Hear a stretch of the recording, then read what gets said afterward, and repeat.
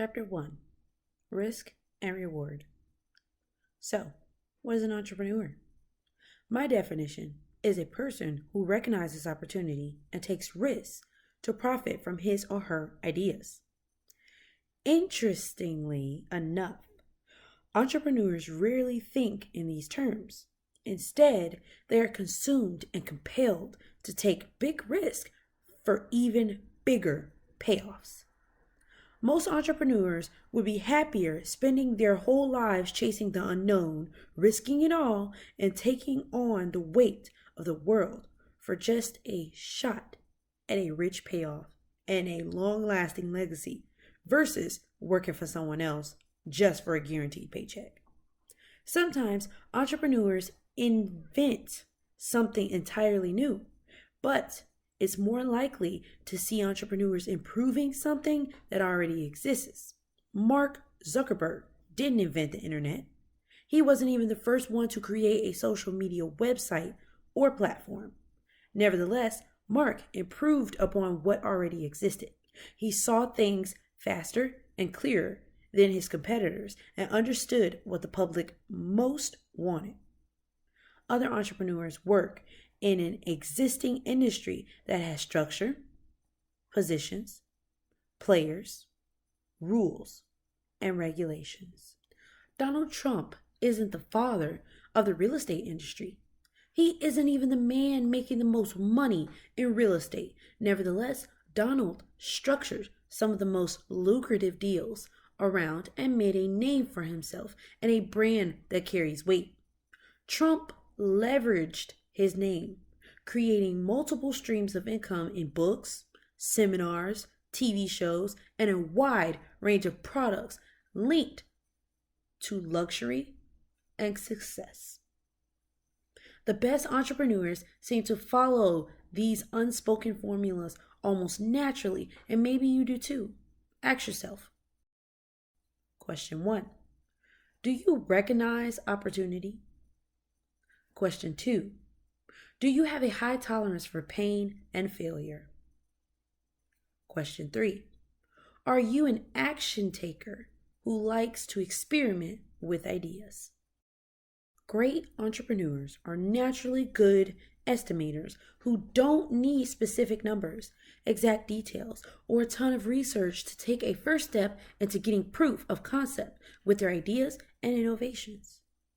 This doesn't mean the details and specifics aren't important. It just means the great entrepreneurs are able to project all these things as almost a sixth sense. In reality, this sixth sense can typically be explained away as an ability to understand people, buying habits, buyer psychology, and how individuals or groups of individuals make decisions. Call it entrepreneur intuition. When it comes to taking risk, their minds race, they feel it in their gut, and their heart is passionate about the project. The most effective entrepreneur learns to bridle these passions, put their ideas and innovations through a checklist, and challenge them internally by playing the devil's advocate. They can see both sides strategically. As I see it now, the beginning stages of my road to entrepreneurship started in early childhood. In my hometown of Chicago, when I was 8 years old, I liked to hang out with the big guys. They were between 14 and 16 years of age, but at 8, anyone over 10 was a big guy to me. I liked being around them because they always told good stories of how they were making money. I knew every Saturday morning they went on a truck, driving around the city to sell vegetables. Making money and going outside of the neighborhood seemed like a fun thing to do. It may be a bit peculiar for a child to think this way, but that's how I imagined it.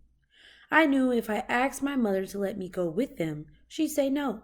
So instead, I had one of the big guys ask on my behalf.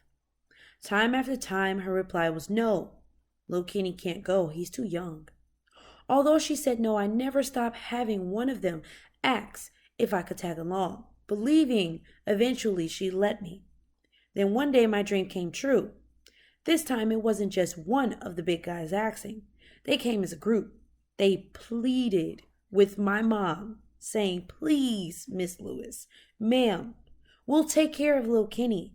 Let him go with us. He wants to go so bad. We'll look after him." My mom was impressed by this show of unity to support her son, so she said yes.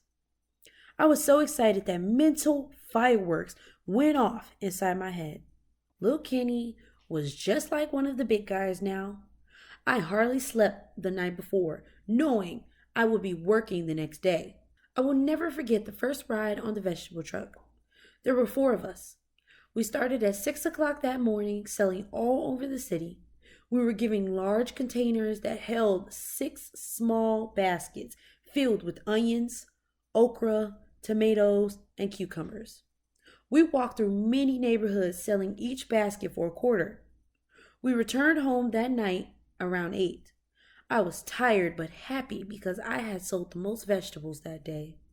I received my first pay of 25 cents for 14 hours of work, not realizing until later, once I did the math, I worked for a little over 1.5 cents per hour. Although it was small change, I was excited to have my first job.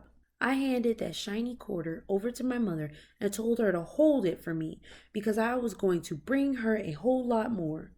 After receiving pay for my efforts, I found myself to be in the hunt wherever I went. I was a kid enjoying the experience, obvious to the fact that I was being groomed for success.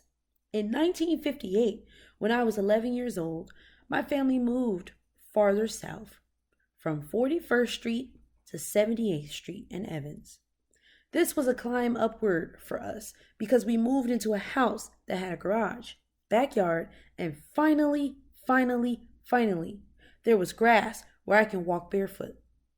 After a time in the new house, I found myself missing the work I did on the vegetable truck. I began to crave the excitement of accomplishing something and making money. I was once again on the hunt. I ventured around the neighborhood looking for something to do. There was a Jewel grocer on 79th and Champlain Streets, and a Hi-Ho grocer on 79th and St. Lawrence Streets.